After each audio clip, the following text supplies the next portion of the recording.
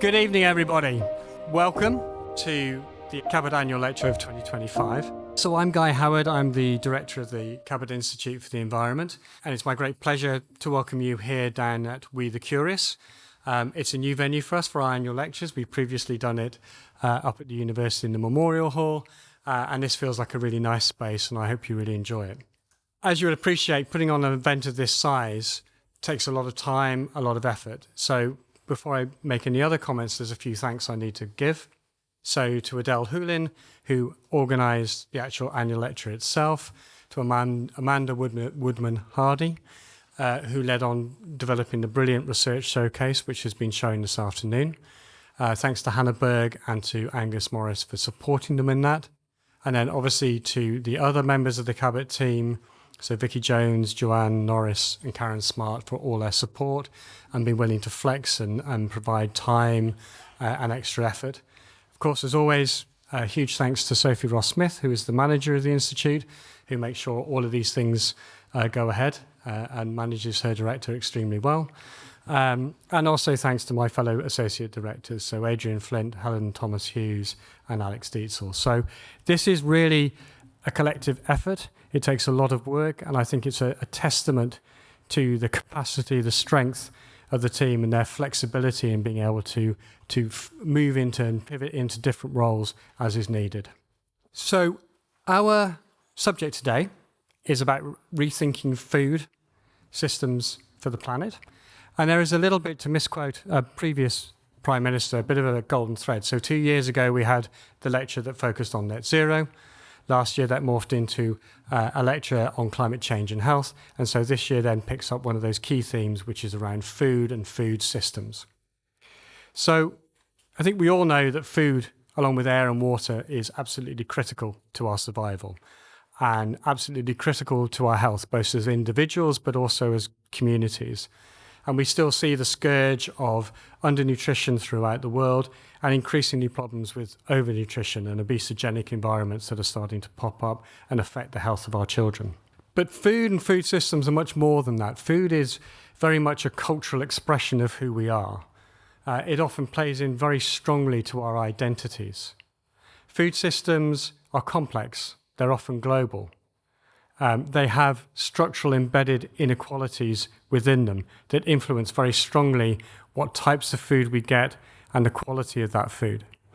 And we know that food has been used throughout the ages as a tool in conflicts, in oppression, but at the same time used very much as a means of reward and for signs of progress.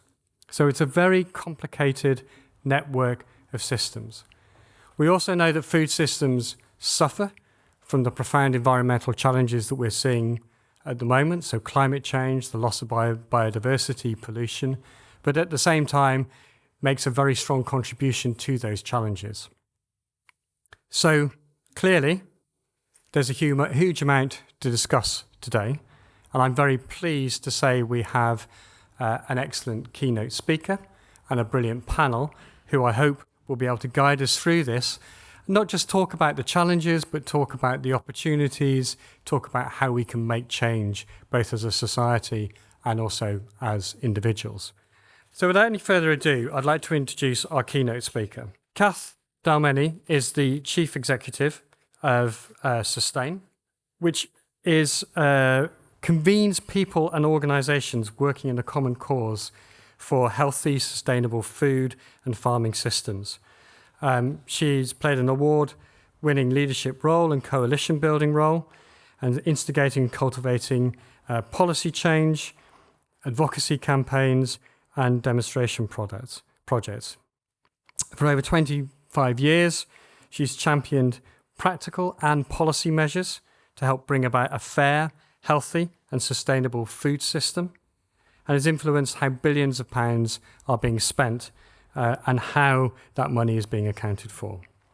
So some of the examples of Kath's work at Sustain has been, for instance, to ensure that there's an environmental focus in the post-Brexit agriculture policy, that there's sustainable fish standards for catering companies that serve 1 billion meals a year, and that around the sugary drinks tax to help drive a large-scale shift that raises millions of pounds that can then be reinvested back into improving children's health.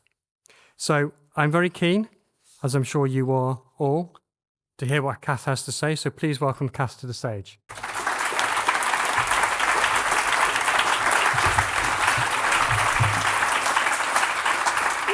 Very nice to be with you all. Thank you so much. I never feel like introductions are actually about myself. So I'll put that aside for the moment because it's my favourite subject in the whole world, food systems, and it's very nice to share it with you.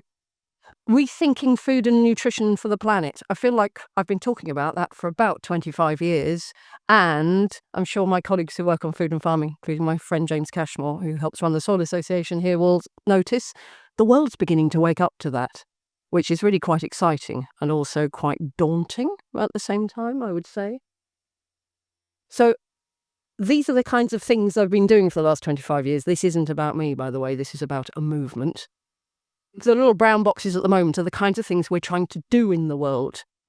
Help shift along the transition to agroecology. Lots of scientists in the room. What do you mean by agroecology, I hear you say? Definitions matter, of course, but don't get hung up on it in here. Regenerative farming, organic farming, pasture-fed, all sorts of people we work with. Don't worry about that too much. Let's talk about agroecology as a general principle. Farmer-friendly supply chains, because farmers manage most of the land in this country and around the world. So we really need to help them to make sure that if they're doing things right on this land, that we're supporting the hell out of them in the marketplace. Also, to join all of that up, healthy, fair and sustainable diets that are actually eating the things that we should be producing on land being used in the right way. You start seeing I'm starting to use hand gestures that look a little bit like a web that's joined up. There's a theme there. Because joining it up, in my other part of my life, I'm a knitter as well, but let's not go into that. So joining it up through food system change. When you work in policy advocacy, as I do, and trying to change the world, as I do, we talk about joining it up quite a lot. And I'm sure you've heard the sort of argument to government of, why isn't policy more joined up? Well, we'd have to be the joiner-uppers, because actually government departments don't like talking to each other that much, as I find. And also don't like competing over budgets. But we can talk about that over a glass of wine later. So, the things in the orange spheres, Sustain being an alliance of about 100 organisations, of which the Soil Association is a very valued member, but also all sorts of other people like the Nature Friendly Farmers Network, lots of people working on public health issues, lots of people who care about children's health, all joining up across food system change. When you join up, you can do amazing things together. For example, win the sugary drinks tax, soft drinks industry levy, proper term, but the sugary drinks tax that starts to reformulate large amounts of sugar out of the British diet. Fair dealing obligations in post-Brexit farming policy that become the way of starting to manage those farmer-friendly supply chains to support the hell out of farmers who are doing the right thing. A groceries code adjudicator. Again, that sounds like quite technical language, but it's mechanisms, structural mechanisms for shifting the way we do the food system into a better way of doing things. Fair dealing, supporting farmers, making sure that the soil and the land and the nature is being looked after in the right way. I'm trying to paint a word picture, a bubbles picture of what a food system change might look like. One of the most proud things I'm most proud of winning is 120 local food partnerships. I'm not saying I did this again. Our movement has done that. In fact, Bristol is a gold medal award winner on food system change. Amazing. We're sitting in a city who has really started to work on what food could be better, like access to land, good food for children in schools, thinking about institutions and how they buy food and how that's all connected up with supporting the better way of producing food and the better food that goes into our bodies, because of course we are consuming the planet every time we eat. And I do want to focus on solutions. The world is quite gloomy at the moment. Let's think about solutions. And I'm going to venture that systematic support for climate and nature-friendly farming is really central. And that must also be predicated, and I'm going to use the word also quite a lot in this presentation, less and better meat and dairy, more plant-based food, demonstrably sustainable fish. What do you mean by demonstrably, I hear you say? I can give you a chapter and verse and all sorts of things that our members work on to make that true. Less junk food and soft drinks, zero food waste, and food system governance. But I'm going to invite you all to try and put aside the fact that you are individuals in this room. Don't think about your shopping basket just for a bit. This isn't about us all purchasing and looking out for the labels. This is about food system change and what we can do at a more organised governance level through intervention, regulation, standards, the sorts of things that shift things at large scale. And also think food system actors. And I don't mean the consumer in the supermarket and what they choose. I mean a food system actor who makes the choices about what's on the shelf in the first place. About the people who develop the recipes, about the people who fish, about the people who decide where does subsidy go and where the money gets invested.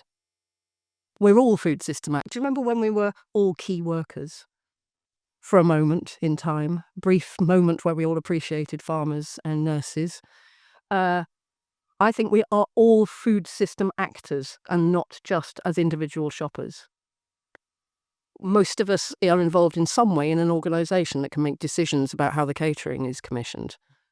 Many of us, probably in this room because we work in probably environmentally focused stuff, can have quite a big impact actually. I've been talking with a lovely chap who's about to chair, who's at the Met Office. You can help us so much with the data. That's an amazing food system action. There are so many people who have parts to play in this if we're going to get to a better place. I might be showing my age with this slide. This is a graphic equalizer. My knowledge of the technology stops there. But what it is a set of things, say none of those are up on full volume. If you've got a whole bunch of things that you need to do, I'm not going to get adamant about any single one of those because we've got to find a good balance of it. You'll notice it says less and better meat. It doesn't say absolutely none. And I'll talk about that next. So it is undoubtedly true that meat and dairy production is one of the biggest impacts in the food system on the environment. Can't get away from that, so we have to do something about it. So I've got less underlined there because I'm just going to talk about that bit of the equation at the moment. There's a photograph of some fish in the River Wye. A legal action has been launched this morning because there are 25 million chickens that are emitting lots of nutrient-rich poo, sorry to use the word poo on the stage, into waterways in this country. And there's some legal action against that. 4,000 people have signed up as litigants on that. That's amazing. Lee Day doing that action. But that's because the River Wye is horribly polluted and dying. Can a river die? Well, Mr. McFarlane says it can. How interesting. But also meat eats a lot of food in its rearing these days, and it's not necessarily on pasture. The Pasture-Fed Livestock Association is a member of Sustain because we're interested in the better. We'll come to that in a moment. But at the moment, a lot of livestock is fed on grain that has been grown on deforested land, often in tropical areas. Disastrous. Why on earth are we allowing that? It's the most wasteful use of grain, and it's a terrible impact on rainforests. Not to mention that, all the indigenous populations used to live on that land who might have been making a living in other ways, rather than just having large tractors coming in. I won't get started. Of course I will. Every single slide has a story behind it. Undoubtedly, we'll have to eat less.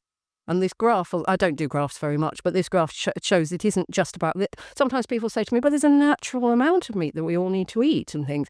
It's never that easy, is it? Actually, we've been producing a lot more of it over recent years. So this one graph I'm going to show you is that over the last 40, actually it looks like more than 60 years, I'm not very good on my maths from a distance, that meat production in that greyish part has grown enormously over the last 60 years or so by about 92%, whereas the population's only gone up about 27% in that time. The planet can't bear it, especially if populations all over the world want to copy our kind of diet, which seems to be the pattern. Also, we do need some livestock in the system. Livestock also is part of nature. Right animals, right landscape, say my colleagues who understand these things. Robust, hardy breeds, integrated into nature and land management. Somebody said to me at a conference recently that Holsteins, where we get a lot of our milk, are like ballerinas. They need a lot. Sorry, I'm not being rude about ballerinas if anybody is a ballerina here. What I mean is needs a lot of attention and housing over the winter and a lot of inputs. Yes, they produce, this is not ballerinas, by the way, produce a lot of milk. So the The analogy is breaking down somewhat. But they need so much input that actually they are not eating the grass that's on the ground and then not maintaining the landscape. So robust, hardy breeds, as the Rare Breed Survival Trust, who's also a member of Sustain, often reminds me, are really good at living on scrubby land and marginal land that we can't use for anything else. But it would also require us to eat less of it. More plant-based food. Yay, I love the word more. It's a bit more positive, isn't it? Fruit and veg, beans, legumes, pulses, whole grain food. I mean, most of us know that now, but how do we do it? So it's not about the individual choices. Of course that matters. Of course it matters. It's about, well, there's lots of people who are recipe developers. Not all of us cook in the population. So a lot of us are fed by somebody else, whether that's a caterer or somebody making ready meals or somebody in our canteen at work or in the hospital or in the school there are so many people and places that feed us now that those are the places where we can be making large-scale changes. And there's some fabulous people doing that. And the picture I put up there is that it's also really colourful and tasty. I mean, that's what matters about food, of course, isn't it? So we also need, among this recipe for change, pun intended, is good cooks, chefs, product developers, food system actors, brilliant people. Given the chance, they do a brilliant job. But the balance to that is we must have much less junk food and soft drinks. Now, that's not just about the health impact. That's also about the fact that a lot of them are very high carbon in the construction of them. Sugar, it's in itself a very carbon-intensive product. It takes a lot of drying to take some cane and dry it out ready to be put into chocolate and soft drinks.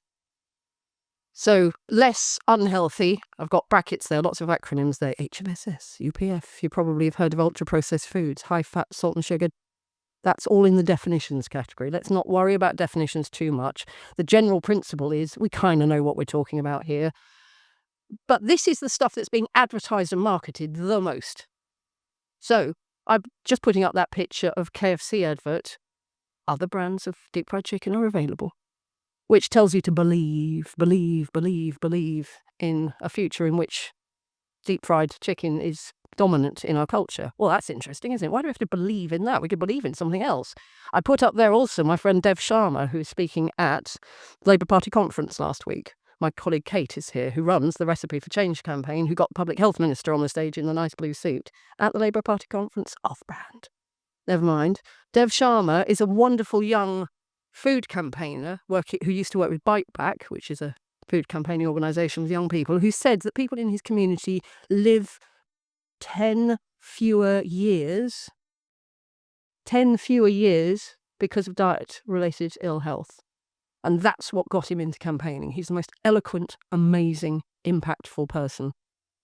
And he said in this talk, which had us all very emotional, I have to say, that he's now watching his nephew grow up in the same place, surrounded by junk food adverts. And he, as an older young man these days, is starting to realise it's being passed on through generation and generation, that junk food habit. Not blaming it all on KFC, of course, but it's that whole culture that it's then advertised everywhere and said to be the better way of doing things. Believe in that. I believe in Dev Sharma, frankly, and I'm looking forward to him taking charge of quite a lot of this. And because we all got together and started saying this isn't right, we've managed to change a lot of policies. It's now no longer, in my lifetime, it was okay to be advertising junk food to toddlers during toddlers' television time. It is no longer legal to do that. We managed to get junk food advertising kicked out of a lot of childhood. Of course, now everybody's got mobile phones and gadgets and things, so we've got to keep on up the regulation. But we've got to clean this up. Massive impact on the environment, massive impact on children's health. My colleague Kate runs the campaign for junk food levies. I don't think you use the term junk food, it's HFSS. Again, don't worry about the definitions exactly here, but junk food levies, like the soft drinks industry levy, the sugary drinks tax, could raise a hell of a lot of money. How much do we think it might be able to raise a year, Kate?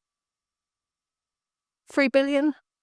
Yeah, £3 billion, that's quite nice. That would help for paying into the shift to healthier diets, helping those product developers, getting more fruit and veg into diets, making the shift happen. When we don't think just as individuals and think about system change, we can start thinking in bigger numbers and bigger change. And zero food waste. That's the other big, massive win we could have around impact on the planet. I often think as food waste as being throwing away all the things that went into it. So it's not just the food itself, which of course we feel emotionally that's a bad thing, but think of all the fertilizers that have gone into that, the soil, the wildlife, the water, the people's effort. All that stuff is being thrown away at the same time. Even worse if it's throwing away meat. I mean, it's just like, it feels so wrong. I won't go into this in too much detail because there are specialists in this, but I just want to say, as the two bookends to food system change to do with the environment, the meat thing and the waste thing are the big ticket numerical items that we really have to look at. Won't go into this in too much detail, it's a very boring slide. But when food system actors are playing their part, this is just a sort of sense that there are lots of things that we can all do. We can work on standards. We can make sure that there's enough money flowing into the right places. We can look at fair supply chains. But fair supply chains sounds like a bit of a buzz phrase. What I mean is supermarkets buying the right stuff and being accountable for doing so. Having fair trading practices so that particularly fruit and veg growers with very perishable products don't end up with unfair trading practices that mean they end up having to throw away a lot of the food. Public procurement, schools, hospitals, government, buying the stuff, having standards where that stuff could be the things that are being grown in the right way for nature would actually be receiving the money. And then here's the thing that I'm going to put my obsession into over the next few years, which is, how did I grow up to be a person that says this phrase, values-led system, food system governance? Doesn't that sound dull? I'll find a better phrase for it. What I mean by this is every government that have happened in the last 25 years has said, oh, food's quite a significant issue, really must do something about that. Great, very happy about that. It's always been something specific. And then it dies away again. It tends to be in response to a crisis, whether that was foot and mouth, BSE, Guy Popper, you probably can remember some of this when you've served your time in some government agencies, which is, there tends to be a crisis, doesn't there? Edwina Curry saying something about eggs all having salmonella in them. Then there's a crisis, we all respond to the particular problem with eggs, and then that all dies off again. Actually, there are systemic things going on in the food world around climate, around nature, around health, that need long-termism.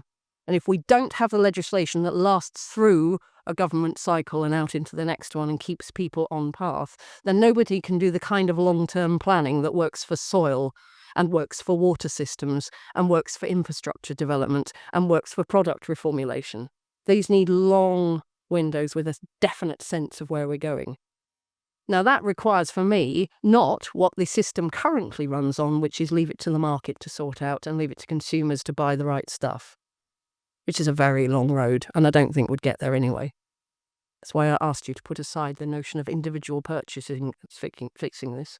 What we do need is the kind of governance structures, legislation that delivers explicitly for nutrition, health, climate, nature, farmers, supply chain resilience. I haven't even talked about resilience yet, which is about the ability of the system to withstand shocks. For example, cyber attacks on M&S and the Co-op. First time I've had to photograph empty shelves for a long time. There are some things going on with that as well that we need to be aware of. However, the reason there's a diagram like this is because I tend to use a lot of hand gestures. There's something about it working at national level, but also flowing out to local communities and local authorities. There's something about the action that's happening in Bristol, brilliantly, with a food partnership here, that also needs to be happening at national level with the right tools and the right people knowing what the job is within the system as a food system actor, whether you're a local authority person, a public health team, a farmer, a supply chain organiser, a veg box scheme runner, a community. As if we are all food system actors, which I believe we are or can be, then what's our place in that? What's our best effort to contribute to the bigger goal? We need some vision, we need some duties, we need some statutory powers, and we need some call on the money that would enable that to be possible. At the moment, a lot of it is done on goodwill and voluntarism. It's something as important as food? Can't be. So I just wanted to talk a little bit about missing ingredients, and this is for the person who's going to hold up a thing saying, I've got a minute or so left. Yes, exactly so. I'm just going to do a whistle-stop tour of some wonderful people who are food system actors already. If you're not up here, and I apologise, it's not because I don't love you, it's because this is only a few slides. So, whistle-stop tour, because up here is Martin Lines on the top left, who is head of the Nature Friendly Farming Network. Fabulous, getting farmers' voices in here. I know that you know him. Great guy. We've also got people like Riverford who are standing up, taking a food system actor approach. So Riverford is an organic farm down in the southwest who does a veg box scheme, but now they're getting into the media to say, let's have fair supply chains that work for agroecological production. Middle picture is Bristol Community Farm, I believe. I couldn't fact check, but I believe that is a Bristol-based farm. Fantastic. I think I'm a shareholder even. I was a serial shareholder buying person at some point for all these wonderful initiatives. Fabulous. Caroline Bennett at the bottom, helping small-scale fisheries to do fisheries in an ecological way. But I particularly wanted to mention down at the bottom my two friends, Jyoti Fernandez and Dee Woods, who are part of the Land Workers Alliance. So both of them work on the land. They get their hands dirty in the soil. They also run community food projects. They are also political activists. And Jyoti is now sailing to Brazil in order to take the message to the next COP, Conference of the Parties on Climate Change, that more climate finance should be diverted to African farmers to be used for agroecological transition in a place that doesn't attract money otherwise. Amazing. We can't all live up to Jyoti Fernandez's kind of energy levels and creativity, but I think there's something in there about what political activism looks like in food system change. A food system actor might start with running a veg box or a farm, or actually milking by hand in her case, because she's running a very small holding, now run by her daughters while she goes off on a sailing boat to Brazil. Amazing, hope she's okay. But there's something about that activism which understands that this is about system change. We can't all do that. Jyoti's a 1 in a million person. But we could all be involved in some aspect of that. So what Dee is doing is running community kitchen called the Granville Community Kitchen in West London. She also goes to the UN on the Food Security Committee to argue for a better approach to food security that actually serves communities. Again, phenomenal person. But she takes that activism because it is based in soil and soul and people locally. Missing ingredients. People in community gardens all over this country who are making children have the experience of growing food. My lovely friend Kate Swatridge at the back, who I just had a chat with, is trying to work out how to evidence that permaculture has benefits, because it is such a joyful, wonderful thing to engage people with. People who are serving food system actors par excellence. Lovely group up in the top left who are taking organic vegetables traded from small-scale local farmers around London into Hackney kitchens to use and talk to the kids about where that food comes from and why it is so important for nature and climate. Wonderful people down the bottom right, Food Cardiff, doing farmers markets in the same way, but making it accessible and affordable through vouchers that enables people, so it's not just a middle class venture, that everybody can participate. Lots of stories to tell. Activism, taking it into Parliament. Top right, Sharon Hodgson, wonderful MP from Gateshead, has campaigned tirelessly on school meal standards, and she's won under this government a school food review. So proud of her, she's fabulous. And here, probably Bristol's in here somewhere in this top left one, which is the Sustainable Food Places Partnerships. 120 places all over the UK who are trying to do this systematically at local level. I'm so proud of them. Wonderful set of people. Well, Bristol's a gold champion within that. I'm so proud of you as well. But I did want to finish. So this really is my last slide. Promise.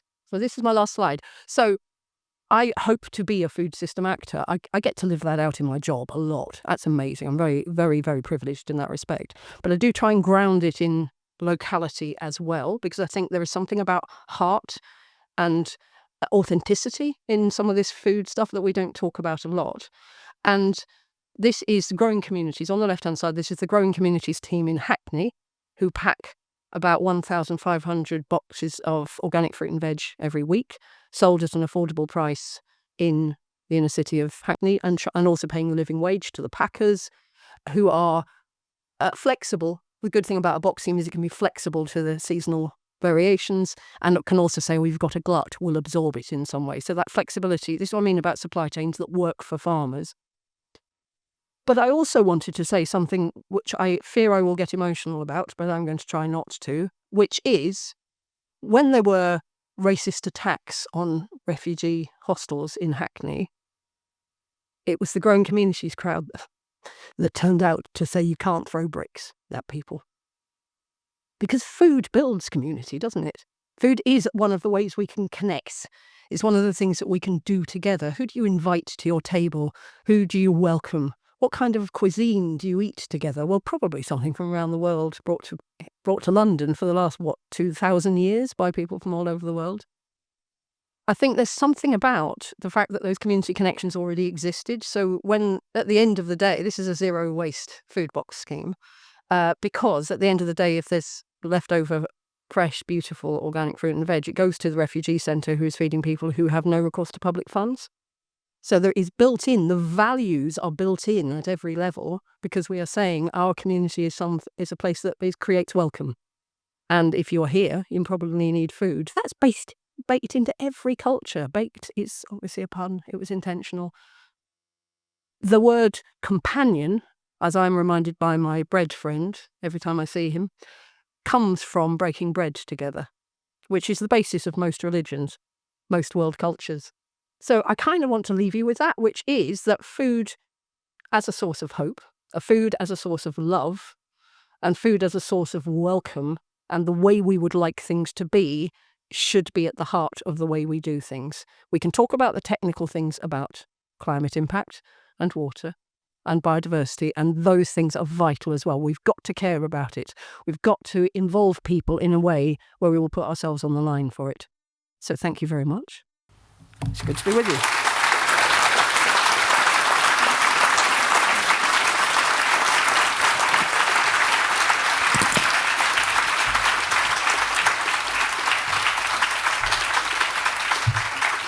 Wow.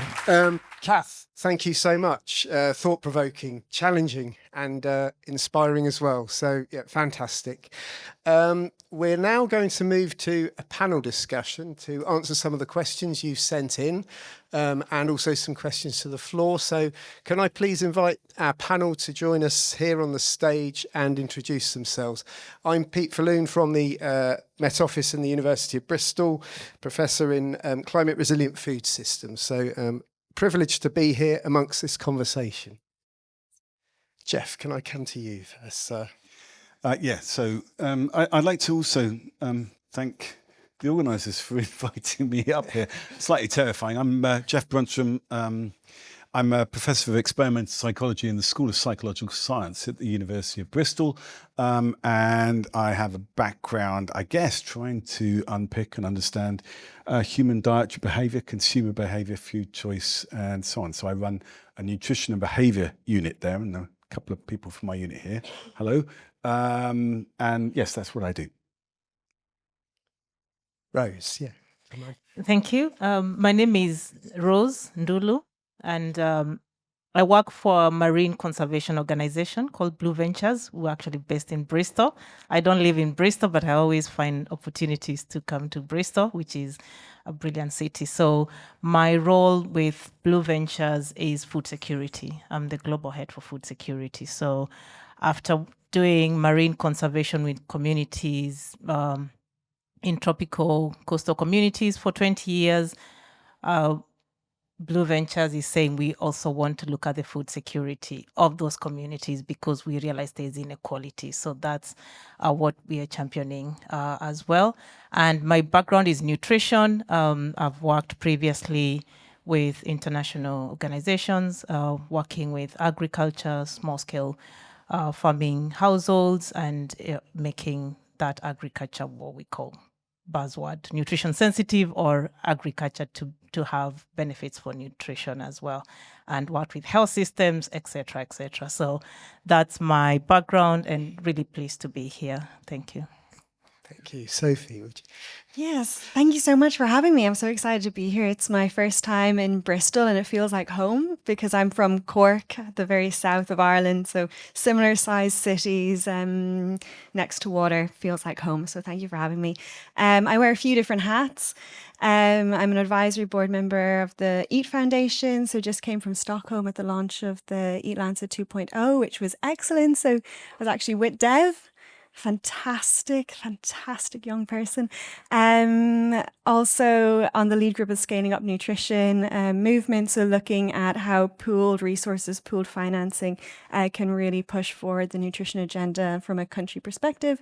But what I'm really here is what's closest to my heart is working with young people. So I'm the co-founder of a youth-led movement called Act for Food, in which we use and bring young people together to implement food systems transformation at a local stage in over 30 countries. And I want to say intergenerational, but that's not a really cool word. Fantastic. Thank you so much. And thanks for joining us up here. So what we've tried to do is take, first of all, some of the questions that you sent in beforehand and sort of bring them together. So we're going to try and tackle some of those to get us all a bit warmed up, a bit into the topic. And then there will be, I promise, plenty of time as well for some open questions at the end. So we're going to start nice and broad, if I may, and I'm going to come round for maybe a quick answer, one or two thoughts on this. If I might start with you, Rose, first. What are the most pressing issues for our food system locally, nationally and globally, and how can we address these? What's really getting you? That's quite a few questions there, but yeah. So my experience and passion is really at the local level, and I've worked nationally and globally, but I always go back to the local levels, communities, and the big issues really is inequality. There is, I think the Lancet report was saying there is actually enough food for everybody, but how that food is distributed, who gets to eat the most nutritious food is a challenge. So, at the local level in the coastal communities where I work at present, and it was the same with small-scale farmers, they're managing the ecosystem, they're managing the fisheries, the marine ecosystem, and they're fishing, but the fish they traditionally consumed, the small fishes especially, are no longer what they consume. You don't find those in the market anymore because they've become a delicacy for people that can afford them because they've got more money. And that means where food is produced is not always where it is eaten, and especially the more nutritious stuff. So I think the big issues is the inequality in the food system, who gets to eat and when. And then my other passion is for women, really, the inequality we see within the food system. Women, around the world, but more so in my expertise working in low middle income countries, women get to eat last and they eat the least, when there's not enough food, because food insecurity is still a big issue. It's women that will prioritize everybody else in the household. They prioritize the men because the men are going out to do the laborious work and all of that. Energy is seen as important, so the men eat first and the children eat first because they're growing, and the women eat last. And what then that manifests as women being malnourished. Anemia in pregnant women, anemia in girls in school is a big issue, and then girls are struggling to concentrate in class and to learn. So it's those inequalities that, for me, are the big issues. And I think the final thing is, we are all talking about transitions in the food system, and now we are seeing more. When I started working 20 years ago, all I was talking about was malnutrition, undernutrition, and hunger and food insecurity. But in those same communities where I'm still working now, we are seeing overweight and obesity going up. We've not eradicated undernutrition, but then because the diets are changing, and with the push, as Kath was saying, the marketing of ultra-processed food, then there's a shift in what communities are being told is the better as your income grows. This is what you need to be purchasing, and the neglecting of traditional diets. So I think, again, the report, the 8 Lancet was saying, going back to traditional diets and supporting those. So those are the big issues for me, a lot there, but yeah. Thank you. No, wonderful. Thank you very much. Sophie, could I come to you? Yeah, what do you think some of the big issues are locally, nationally or globally? Yeah, who asked that? It's a big question for one panel. For me, there's a lot of science, right? We have a lot of science. We have a lot of research. We have a lot of answers. A lot of that research does get shelved. Why? Because science alone cannot create change. People create that change. So for me, it's bridging that network of translating science so that the normal person can use it and can implement it. Another serious issue for me is we've got a huge shrinking space for civil society. It is massively decreasing, and we're seeing the first thing to go within that financial conundrum is youth. We're seeing a lot of advocacy work just get slashed. So when I work with young people who know the solutions, who know the gaps, know the problems, how do we bring them together to create that change in a space that is not allowing for advocacy as much as it used to? So I think there's a lot of bridges that need to be built because we do have the majority of the answers. Thank you. Jeff, anything you'd like to? Well, what can I add to that? I agree with absolutely everything that's been said, by the way. I think locally, I think we have to recognise that Bristol is a wonderful, wonderful city. But there are pockets within Bristol where we see food, there's gross inequality, deprivation, and importantly, food insecurity. And we see that increasingly. And sitting from the scientist academic perspective, now we've always had food insecurity in different forms, and it's moved around and it's expressed in different ways. But from where I'm sitting, we're now starting to really learn, the causal associations, the downstream effect of food insecurity. And we're starting to realise this is a problem. We can connect the dots and see that children who are exposed to food insecurity, that has an effect on their development, has an effect on their life chances, and so on. So that's a local issue. At a national level, it's funny to sort of reflect on that over the last few years. So, I spent my career trying to understand how food composition influences our appetite and our food choices and so on. And I've been caught off guard because everybody now is talking about, UPFs, they're demanding better food, and they're also demanding answers.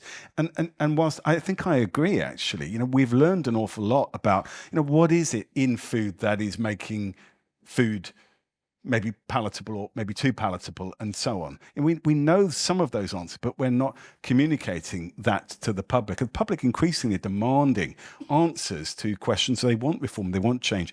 And it's incumbent on us to deliver more of those answers, but to communicate some of those answers to the public as well. That's nationally. I won't do globally because we've covered most of those, but yeah. Fantastic, thanks. Kath, is there anything you'd like to add? I feel I've talked a lot. You feel? No, you're very gracious. Thank you. I'll say it in one sentence, which is I just think all the money should work for the right things now. And that might take a lot of I'm going to 2 sentences. I knew I'd do it. You can't stop me. But that takes regulation. It takes conscious, values-led, what are we trying to achieve here, rules, and making stuff happen properly. But all the money. There's a lot of money in the system. It just needs to go to the right place. Thank you. Okay, well, next set of questions is really based around this. We need to change the food system quickly to adapt to changing weather patterns and protect nature and the climate. And this involves dietary change as well as changing farming practices. So the first one, how do we ensure a just transition for farmers and consumers while doing this at the pace needed? So the pace is important if we want to avoid growing challenges and recognising the disproportionate impacts on women in low-income countries. So if I might come to Rose first, if that's okay. Yes, so you're asking pace. How do we do this? How do we respond to the challenges within the food system in a changing climate and at pace? I am thinking about actually an example of a community in Timor-Leste. So this is a fishing community, and they've brilliantly been working on marine conservation and fishing sustainably. But they also realized that the fish consumption has changed over the years, and this is a group of women that are involved in the fish value chain. They are mostly processors, and everyone wants to eat meatballs, but they're expensive. They can't most people cannot afford to eat, to buy and eat. So the women have thought about, how about we make fish balls? And that has taken off because it's an idea that meatballs is there's that perception that is good. So that's somehow appealing. But then they've turned it around to the resource they have and the food they've traditionally eaten and made fish balls. And that's taking off. It's become, they had a national conference and this group of women are, they were showcasing this and it's taking off. So I think something like that says to me that, local solutions can be scaled up. And that's just one example. But to keep up with the pace of what's happening and the changes, I think it's to support local community-driven solutions and to scale them up because they work, because there's so much knowledge and traditional science that communities hold. So I think for me, that's the thing that comes to mind, working with communities, meaningful participation and engaging communities to understand why things have changed over time and how do communities themselves drive that solution. But I think there is the backing, the support that's needed to scale up solutions because they can, if left on their own, they become small projects, small initiatives. There is that support and communities that need to scale up these solutions within a country. So I think, keeping up with the pace, scale up community solutions. Thank you very much. Sophie, what do you think in terms of how we keep the pace up, a just transition to a better food system? I mean, I don't know what to follow from Rose. Scaling up, scaling deep, ensuring that scale is sustainable and that scale is financed correctly. People love to fund things and walk away. It doesn't work, I also think centering justice at the heart of everything. That's extremely important, whether it's research or implementation or narrative building. I think narrative has such a huge part to play in creating as a food system that means something for the next generation. And we're not using narrative enough. We find that big marketing companies use narrative brilliantly. Look at KFC, they believe. Why can't we believe in a sustainable future? Why can't we have ads and marketing that protects our food system and doesn't just disrupt it? So I think we have a lot to learn from the private sector. The private sector do it exceptionally well. So bringing them on board with us on the change is really extremely important, and we're not doing that enough. I think we also in our sector and food systems in general like to work in silos. As working in a youth movement, we're not connected sufficiently enough to other youth movements.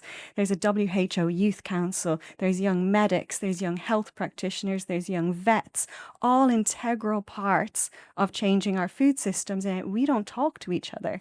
Why? I don't have an answer to why, but we need to talk to each other better, and that's the only way I think we're going to see that scale that Rose is talking about. Fantastic, thank you. Jeff, what role could behaviour change play in this transition? Yeah, I mean, that's a tough one. I think if I'm honest, we could probably approach this from two different directions. We think about behaviour change. How do we change people's behaviour? How do we get them to choose healthier options? How do we get them to respond to changes in climate that require us to produce different types of foods? And how do we get them to select foods that are more sustainable, let's say? Well, first of all, I don't know the answer, because if I did know the answer, I wouldn't be sat here. We wouldn't be sat here, probably. But I think that what the lessons that are learned are that small changes can make a difference. That there isn't going to be a single, that educating people, simply telling people to do things is probably not going to work. But from the ground up, we can see that small changes make a difference, and they will percolate through the system. We want to make certain that those people that are going to benefit most from changes in diet have most access to that information. So I think that is very important. But I also think that it's important that we recognize that, what are we going to get people to eat? And I really love the point you made about recipes. Because, fundamentally, we've inherited foods, many of which were invented by the Victorians, frankly, and they were invented at a time when we didn't really care about, health or, sustainability, but they're our firm favorites. So, I think that there is a need here to grease the wheels, to make certain that we, lobby food companies and so on, and catering providers and so on, to produce dishes that are phenomenally delicious, but do meet the requirements that we have in the 21st century, that are healthy and sustainable and so on. So if we can change our food environment, then it'll be so much easier for people to transition to healthier options, alongside education and all the local agent-based work that you so elegantly mentioned. So that's how I think we change behaviour. Thank you. The next one in this sort of set is how can we really around how disconnected we are to the costs of food production, and how can we connect people more closely to those costs and to consume high impact foods, in particularly more frugally or mindfully. I will come to Kath, I think, first. Yeah. This is well rehearsed, honestly. It's such an interesting question, because I quite like small changes and nudges, but I really like big changes and elbows. So I'll go back to something that got mentioned at the beginning, which was the shift to, we managed to get caterers that serve 1 billion meals a year, and I do mean 1 billion, not a million, to shift to sustainable fish. That's not perfect by any means, what the definition of what sustainable fish is, because fisheries are in a terrible state. But we did it by being wildly ambitious and setting ridiculous goals for it around the London 2012 Olympics, if you remember. Sorry to mention London in a Bristol audience, I do apologise. But because there was a high-profile thing happening, we said, well, what could we make them do, which would be to serve sustainable fish on the London 2012 menus. But we didn't really care about that because it's really temporary. In the end, that's just something high profile, but all the caterers wanted to win the contracts. So to use that as the opportunity to talk to corporations about what they were serving and say, well, actually, it's a requirement, and it's going to be really embarrassing if we put endangered species on the menu at the Olympics for London 2012. Which they still were almost the night before, which was really terrible because we were still fighting that right up to the last minute. But anyway, it's a temporary occasion. But those caterers carried on with it, and it's become more of a requirement, and it's gone into government buying standards, which affects billions of pounds worth of food.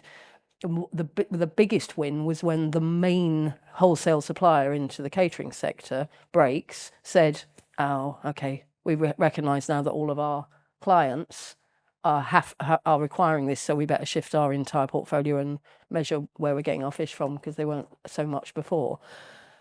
That's how you create change, bit by bit, looking at the people who are actually in control of quite a lot of this. So yes, it really helps when the middle class pound demands it, because it is about the money shifting. That does help a lot, but it tends to create niche products that then have the word healthy written on and you pay a bit more for it, rather than saying, let's lift the bar, let's get rid of the worst things. So hydrogenated fat hardly appears on food labels anymore, does it? I don't know if people even remember what it was, because it's not in products anymore, because people made a big fuss about it and it's gone. That means you don't have to choose your way out of eating a heart-destroying product. You have shifted the entire food supply to be better. Guy Poppy in the front row here was at the Food Standards Agency, I think, when the salt reduction programme was happening. No, it was before his time. Oh my God, I am old. Scary. So there was a salt reduction programme run by the Food Standards Agency that said, let's apportion the amount of salt that should be taken out of each category of products. So the whole population ate less salt. This wasn't about saying, here's a low salt product and here's a high salt product. The whole salt level went down. I suspect if we went back and looked again, because it's done on a voluntary basis, it's probably gone up again. We should do that. We have to monitor these things. But there's something about setting our imaginative bar a bit higher and saying, right, where are most people actually eating their food? And then go and talk to the people who are serving it. And say, right, these are the worst things, and let's get them out of the system. One of the things that Guy and I were talking about just before we came in was about getting more dietary fibre into most people's food. Well, what are most people eating? Bread, kebabs, I don't know. You can't fix everything all at once. Start with the worst thing and move up, and then get rid of the worst. Move it on. Sorry, where's my soapbox? It's here. We can do these things if our imagination's sets a higher bar on this stuff. Thank you very much. And make it delicious while you're doing it. Absolutely. I'm going to sort of rattle through now a few quickly, sort of specifically targeted to some of you individually before we move to the open question and answer. So, Sophie, how can we get children and youth communities involved in growing food and using food more in the right ways, of course? I mean, that's pretty easy, isn't it? I think school gardens are huge. Actually, that's so in Act for Food, we do a 6-month-long youth leadership program on food systems, but also how to implement your own projects, how to build a narrative around your own projects, how to project manage, how to monitor and evaluate. And then we give those young people funding to implement their ideas in their own communities. And 9 out of 10 times, it's school gardens. They want school gardens in their primary schools. And that peer-to-peer learning of a young person going in and setting up a school garden is so powerful because it creates ownership amongst those other young people who are then using it.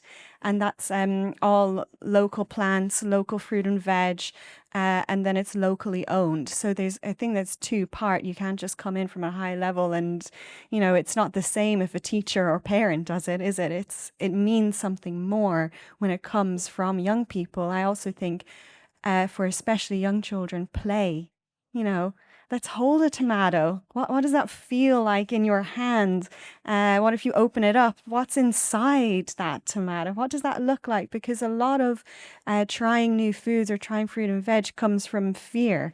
I don't know what it's like. I've never had it before. So play is so powerful, and there's some really great work in the UK that's happening on that, and you probably know it better than me, but I think that's a really important thing, that co-ownership, co-implementation of school gardens. I think that's, for me, that's at the top. I don't know if you want to add. Fantastic. Yeah, keep moving, but thank you. And I think it's so important because obviously children and the youth are, are the future, and we need so much to have them on board for this transition for future generations. So we talked a fair bit about trust in food and about its impacts on the environment and on health and things like this. I mean, is there a need to change what we do around things like agricultural standards, food certifications, and how that communicates to the public? I will come to Rose first, if I might. What might that mean in the context of small-scale producers in low-income countries, standards and certifications? Yeah, that's a very interesting one for small scale producers who mostly they are producing for subsistence. But then there is the surplus that they can also be selling. But some of the things that work really well is small scale producers, whether they are farmers or fishers, is working as associations and learning together, being connected with the industry standards, raising the awareness. So just thinking about Indonesia, colleagues in Indonesia recently did training, supported training for fishers, a group of fishers in different places. And they took it's facilitating the interaction between the industry standards and the fishers themselves. So one was showing them what the standards are, exposing them to that first, and then going and doing the training. And the other one was training them and then showing them. So trying different ways of connecting small-scale producers to what does it mean to produce organic food or to produce food in more climate smart ways, because that's the terminology I use. And that can work. It does work at individual level, but I find it works best when they're organized, as there's a peer learning together in groups, in community demonstration gardens, and then everybody goes back and does that what they've learned in their own spaces.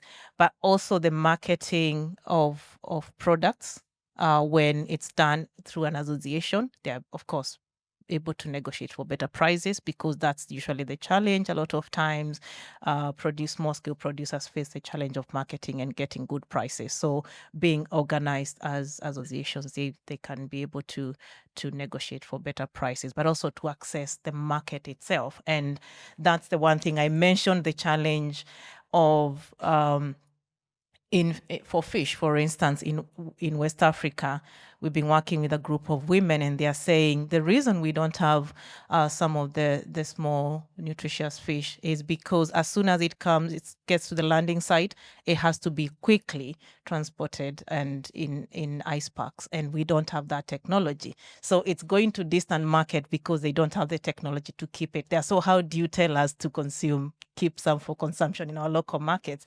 So then the next level is thinking about setting up processing plants there, simple businesses that the women and the men themselves can run.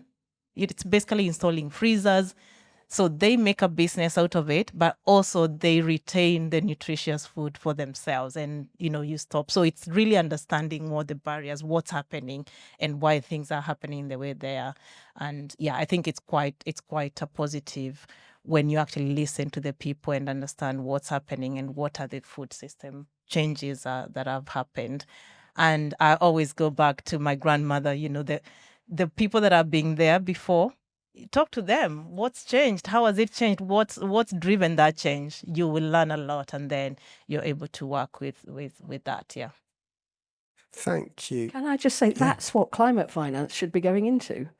Because it's going into very large scale infrastructure at the moment. And we talk about inequalities, the inequalities of the developed world having sucked and hoovered up resources over the years. It's those communities who need the support. This is why Jyoti's sailing to Brazil to say that, bless her. But it's just like, it feels like the whole world is waking up to it, but the money will go to the wrong places unless that we recognise that that's the way a lot of the planet needs to be able to be supported to feed themselves. And there's some fantastic, I've seen also World Wildlife Fund have some projects in Africa, the coastal communities, where they're using sort of solar power to power, cooling boxes to keep the fish fresh, and community fridges and things to avoid food waste and all that. That exactly. I think there's some amazing stuff that is a win-win. Round and round the virtuous circle. And can I just say, I think one of the things with food systems, I keep coming back. I think it's the local food systems.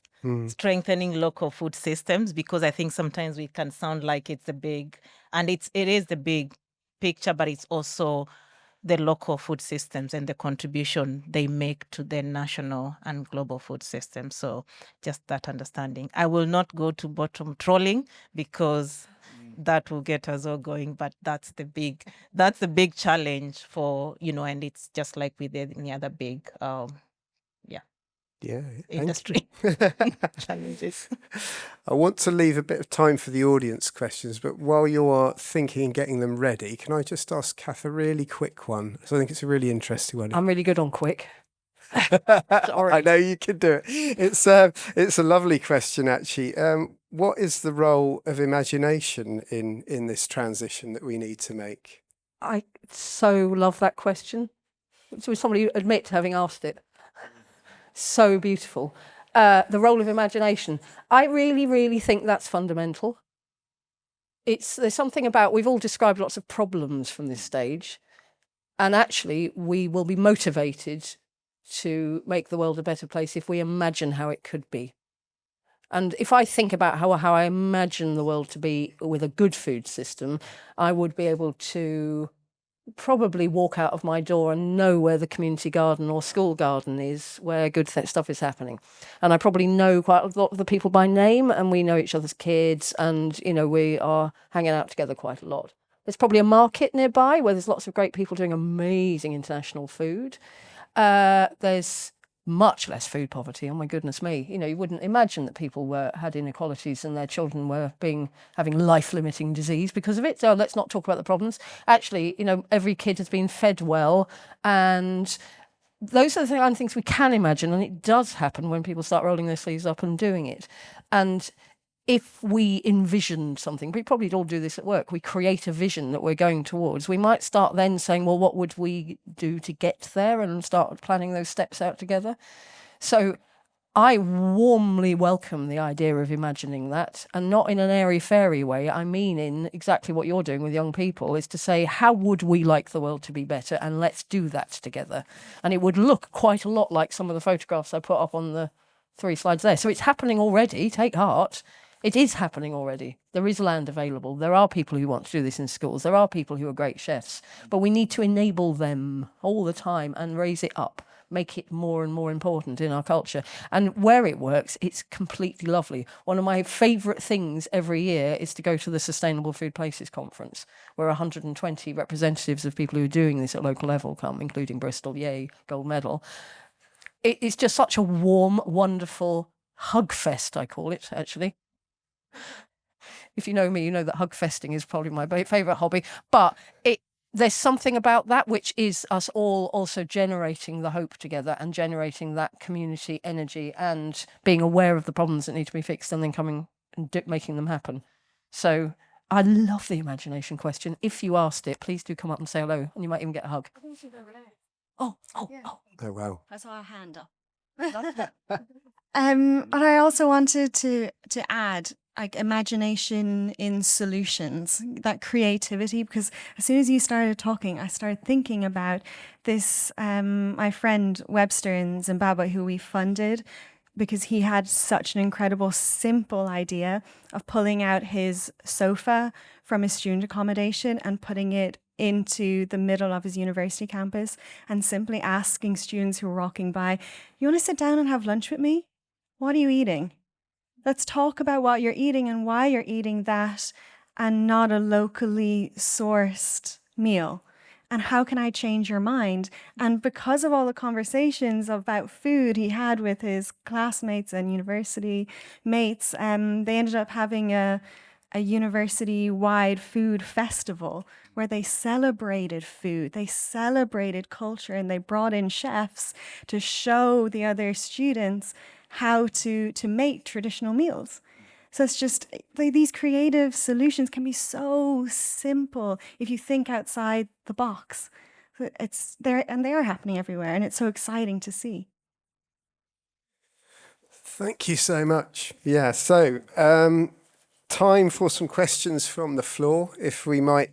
Please, could you keep these nice and short and concise questions, not statements, please. If they are targeted to someone particular, if you like someone particular to answer them, then please do let us know. But for now, yeah, who would like to ask a question? Guy? Yes, one of the big problems is that there can be a monetary cost of transition. And Mark Carney, when he was the governor of the Bank of England, spoke about the tragedy of the futures in the concept of the leaders of today won't make the decisions that cost money today for the benefit of the future, because that's outside their political cycle. So I just wondered how we might get round the problem that whilst leaders recognise the role food plays on climate, obesity and all of these sorts of things, they're worried about the costs of today. Who'd like to pick that one up?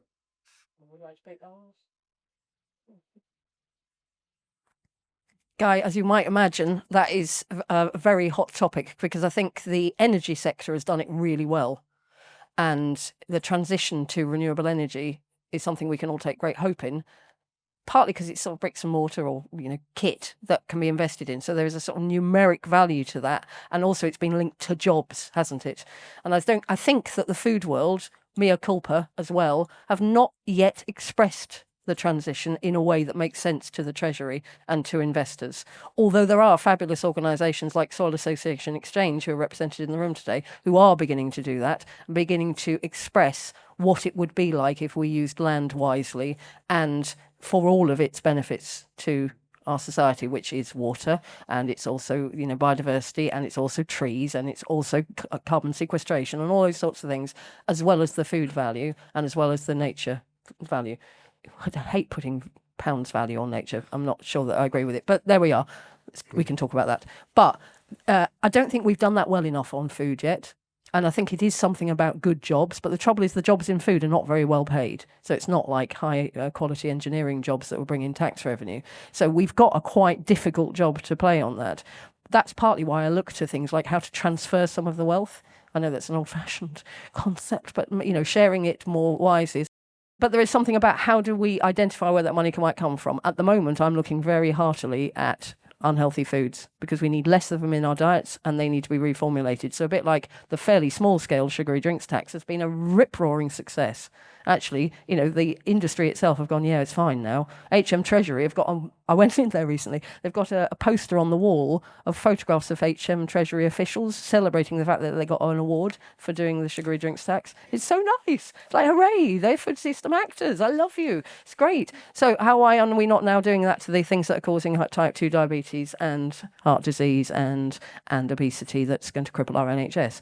We could do this. It's and then transfer that, but make sure it's ring-fenced to be transferred into the types of transition that would make sense. Climate finance, as I said, should be paying for the kinds of stuff that's happening because of the impact of climate change. So I think there are ways. I just don't think we've packaged it up well enough to convince Treasury. Anybody who's any good at talking Treasury language, please come and talk to me because I would really like to learn how. You might be, actually. Go on.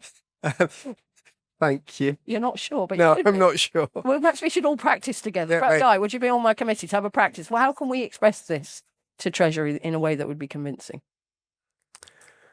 There's a question over there towards the back. Hand's been up for quite a while. Yeah, thank you. Hi, thank you. My name's Joy Carey. I'm from Bristol. A little plug for what's happening in Bristol. If you haven't, Kath mentioned it. So Bristol Good Food 2030. Google it, sign up to the newsletter. We've got a lot of work going on here since the mid-1990s, Who Feeds Bristol study, etc. But my question comes back to how cities can act. So we've got the sustainable food places. Brilliant, brilliant. We're all working on all these jigsaw puzzle issues that you outlined, Kath. If we were to have one campaign that all towns and cities work together on to address to our government, what would the 3 key things be? Or more or less, I don't know. But what could we all do? That's a great question. Yeah. Well, the first Poised to go. thing, the first thing that came to my mind was narrative. I really think we struggle in food systems transformation on narrative. What connects us all together, and cities is such a beautiful thing to do that with. I'm thinking C40 cities have done a fantastic job. And if there was a national narrative for food systems transformation that made sense for all cities, I think that could be something that we really get behind, and that could be supported by local stories of success. Because the UK has so many stories of success that don't get the stage as much as they should. So that was my first thing. Anyone else have a second?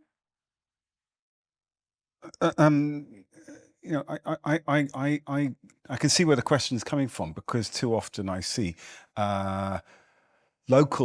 fantastic local interventions that sometimes have amazing results. Sometimes they don't, actually, but sometimes they do.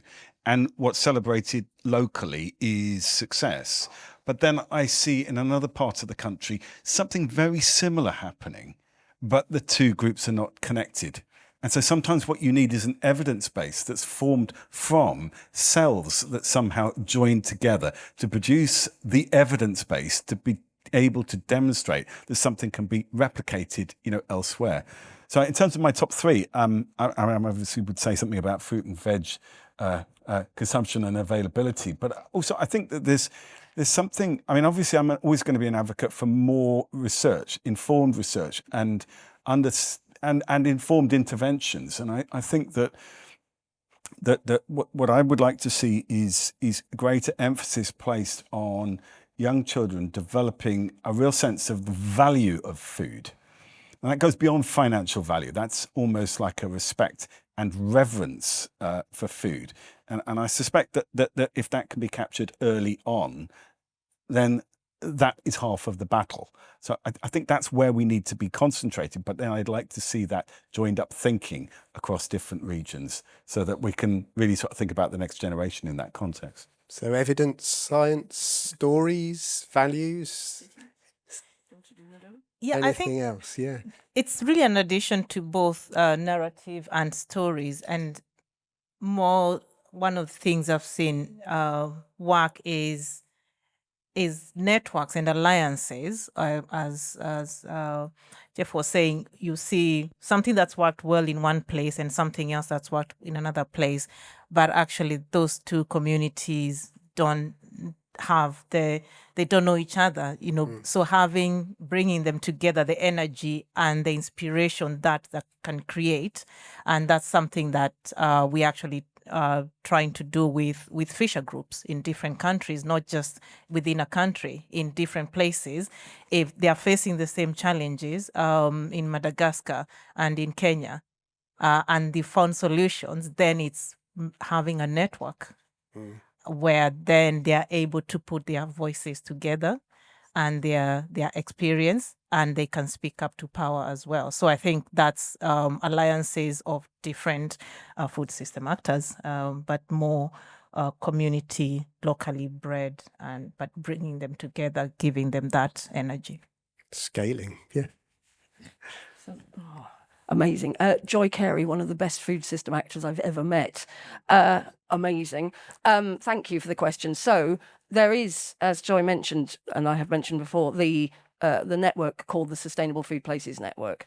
Now, that didn't exist 10 or 15 years ago, but Bristol, Brighton and Hove and London were beginning, and some others were beginning to look at a more systemic level at a city level. So it was originally called Sustainable Food Cities, that network. It's growing in strength all the time. It's not growing in money and it's not growing in power when those kind of things matter. So at the moment in this country, there is a thing called the National Food Strategy in development.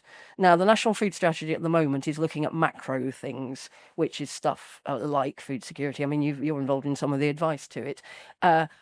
So it's looking at that kind of national level. Now, I am damned if I'm going to let it get away with not talking about local level as well. So there is some of the DEFRA civil servants are really interested in what's going on at local level, and they're just about to set up an advisory group, which I very much hope that Sustain, my organisation, will be on, to talk about the power of city-based and regional-based approaches to food strategy, where we would take this stuff seriously.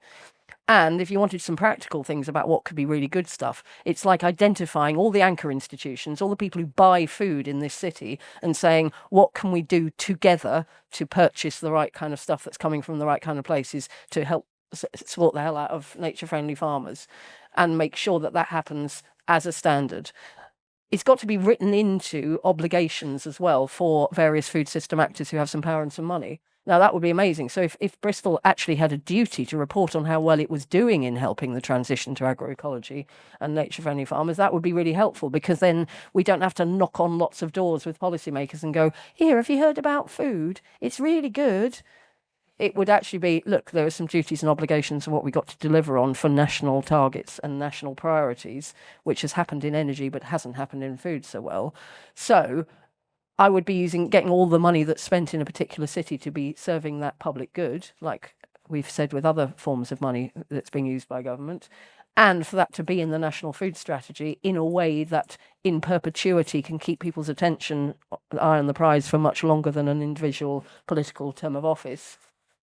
And while I'm here, I'll have planning policy that also enables community food growing gardens.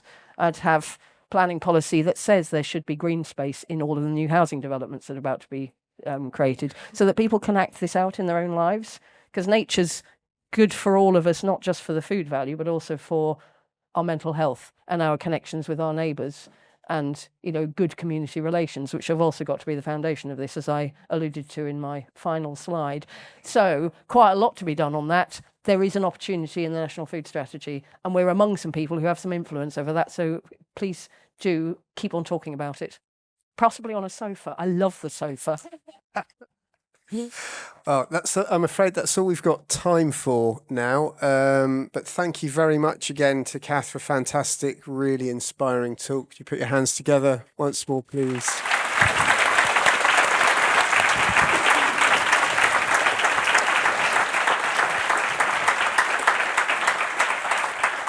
And to our wonderful panel for responding so graciously and thoughtfully to the questions that you've posed. I think, again, there's lots of stuff to think about there. So, yeah, thank you once again, and thank you for coming.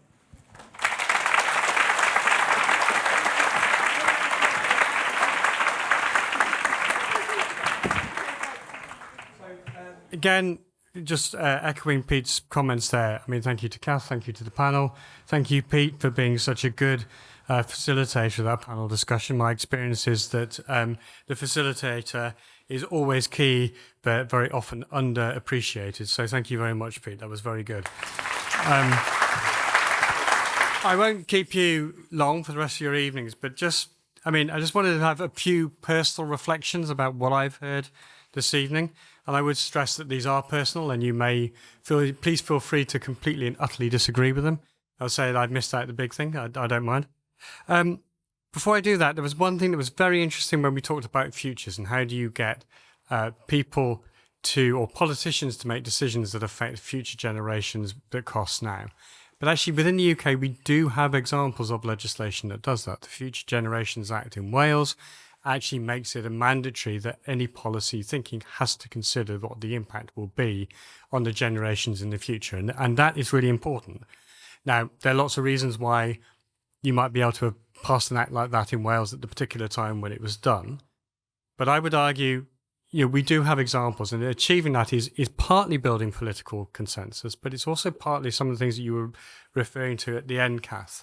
And I'm not just saying this as a former civil servant myself. I think we get too focused on government being politicians and politics, and we forget an awful lot of the mediation of what goes on in government is determined by the civil servants and civil service.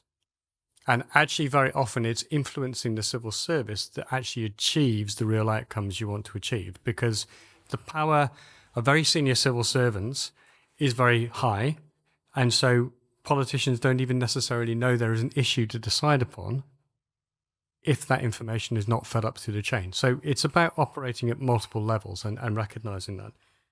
So I think the big things that came out, though, from listening to you all today is, first of all, it's not all doom and gloom, which is always good. There are changes happening. We've seen change. Change is possible. And I think that's really good. I think picking up from the things you talked about, critical of that, I think, is around organization and system change.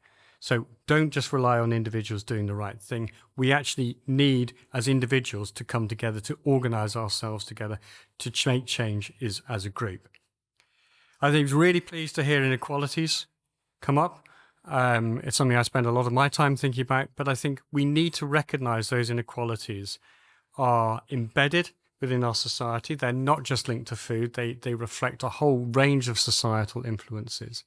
But it's actually really critical ultimately to address inequalities, because if we don't, not only do we just have differential health burdens, but it costs economies huge amounts of money.